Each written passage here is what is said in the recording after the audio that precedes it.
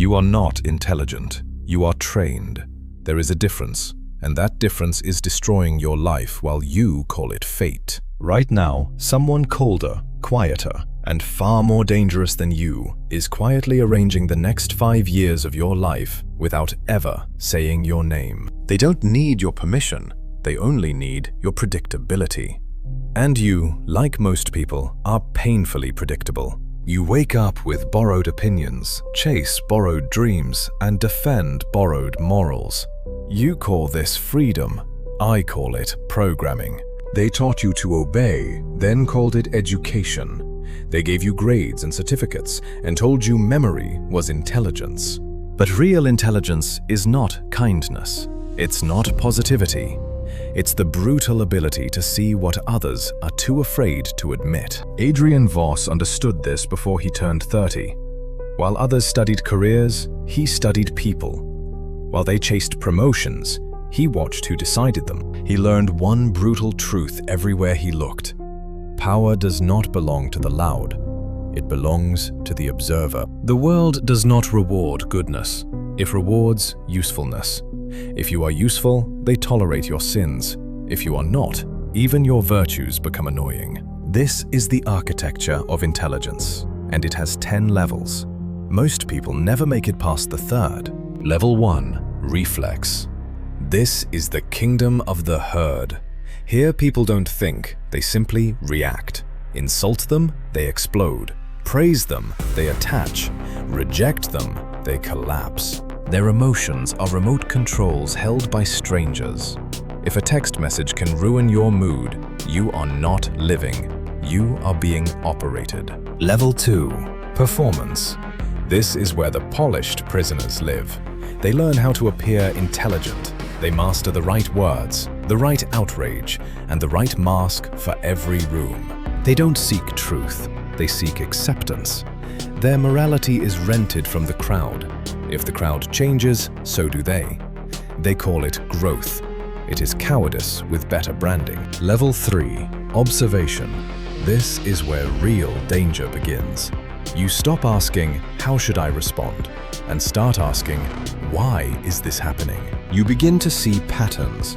You notice who interrupts, who apologizes too much, who uses generosity as a weapon, and who uses silence to create fear. Conversations are rarely about words. They are negotiations of power.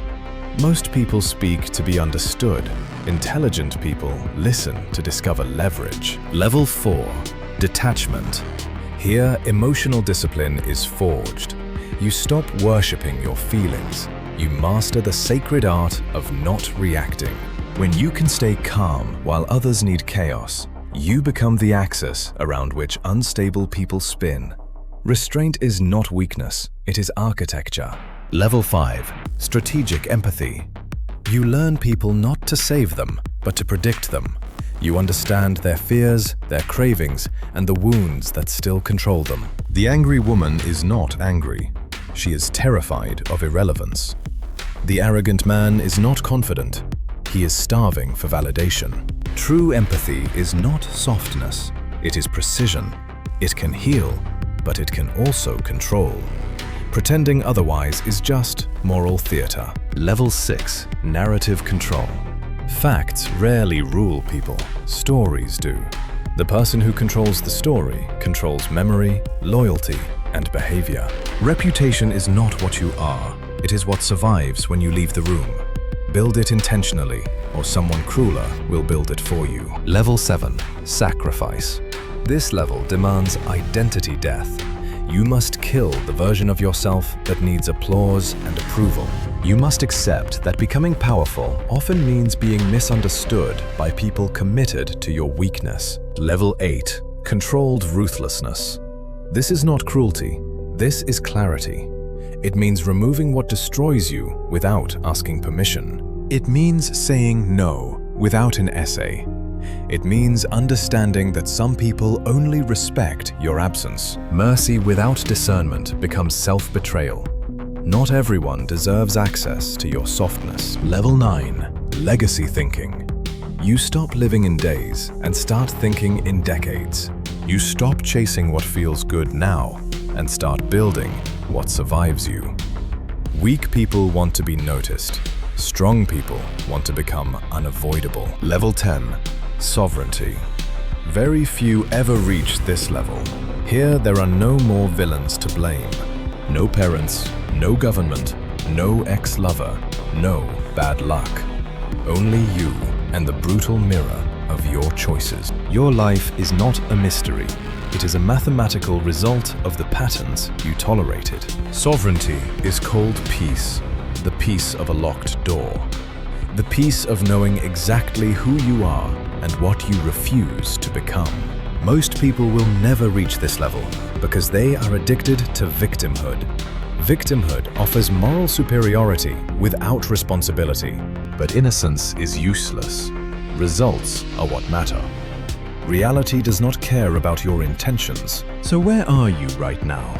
Be brutally honest. Are you reacting like an animal and calling it passion? Are you performing for approval and calling it authenticity? Or are you hiding behind endless observation? Intelligence without courage is decoration. Insight without discipline is entertainment. The most effective control is not forcing you to do what you hate. It is making you believe that what destroys you is love. How much of your suffering arrived wearing that mask? Awakening feels violent because the first thing intelligence murders is illusion. You will lose people. Good. Some relationships only survive through your self-betrayal. You will be called cold. Excellent. Warm people are often just those with poor boundaries. You will be misunderstood. Necessary. Clarity rarely looks kind to those profiting from your confusion. Your task is not to save everyone. Your task is to stop volunteering as prey. Become impossible to control. Learn silence. Learn timing. Learn absence. Learn to watch before you speak and to leave before you beg. In the end, intelligence is not how much you know. It is how little of you can be owned. Become the person who needs the least from any room. That is true freedom. Thank you for watching.